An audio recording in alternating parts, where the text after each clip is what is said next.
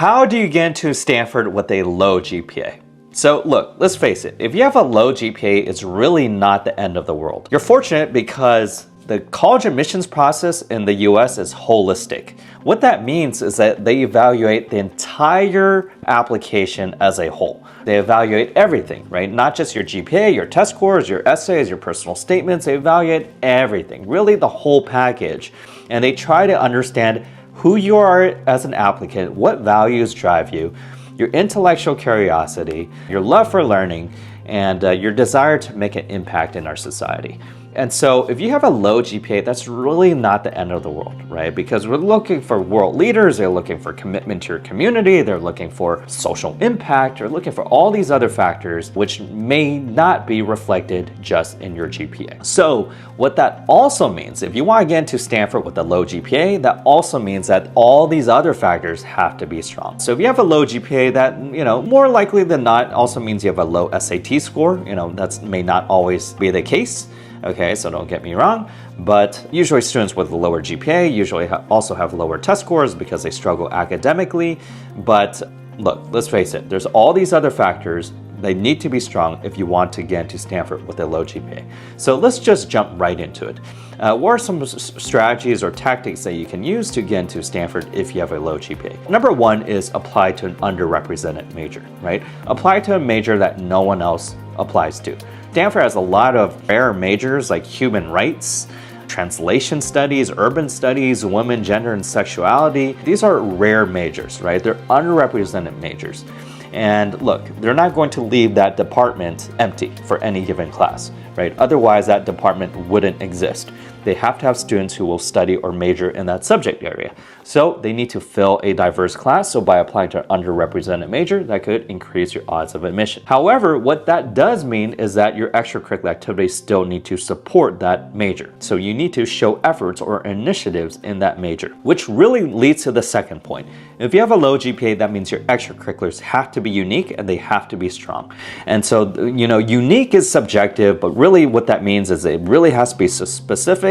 We need to see the social impact behind your academic passions, right? Are you pursuing environmental sustainability? Are you fighting for human rights in Darfur? Are you, centered on a gentrification problem and urbanization? What exactly are you tackling, right? Social justice and, gender disparities, right? I need to see that. And I need to see that through summer programs, academic research, school clubs, starting your nonprofit. There's a lot of unique ways to support that, but I need to see that the activities that you're doing are unique enough that supports that underrepresented major. Also, if you have a low GPA, it doesn't mean that, all the grades are weak, right? If you have a low GPA, you do want to show strength, at least in the major to which you're applying. So if you're applying to human rights major, you might want to have better grades in history or government. Or if you don't get good grades on that at school, maybe you could take a human rights course at community college and get an A grade there,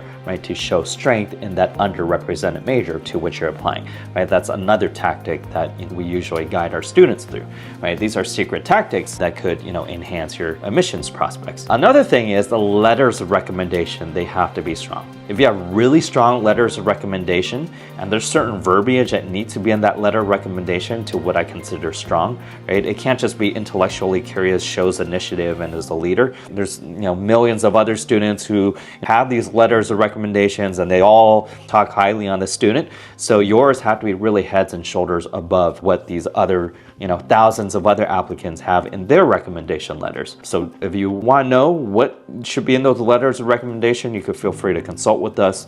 Personally, we'll analyze their situation and give you more tips and advice. There's a lot of other tactics that we, utilize when it comes to maximizing our students' odds of admission. So the letters of recommendation, those have to be strong, right?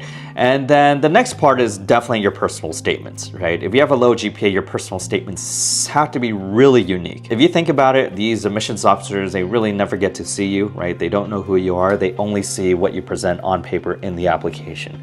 And now that ChatGPT, every student has access to this platform, I will say ChatGPT can write a better essay than your typical high school student.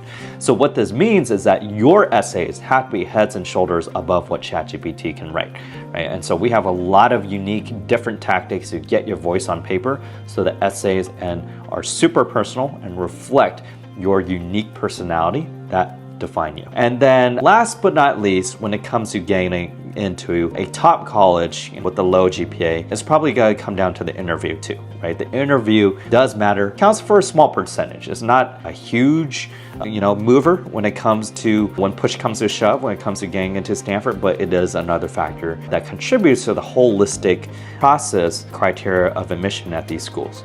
So if you have a low GPA, don't fret. Right? There's a lot of ways to stand out. Your extracurriculars have to be unique. They really have to be recognized on a regional or national level. There's different ways in which you could get featured in the press even to get recognized, to show that leadership and social impact in your extracurricular pursuits. So there's a lot of different tactics you could take. So with the low GPA, you could still get into a great college. If you have any questions, feel free to reach out to us or hit that like button and subscribe to our YouTube channel. We'll be offering more free tips and advice on the college admissions process.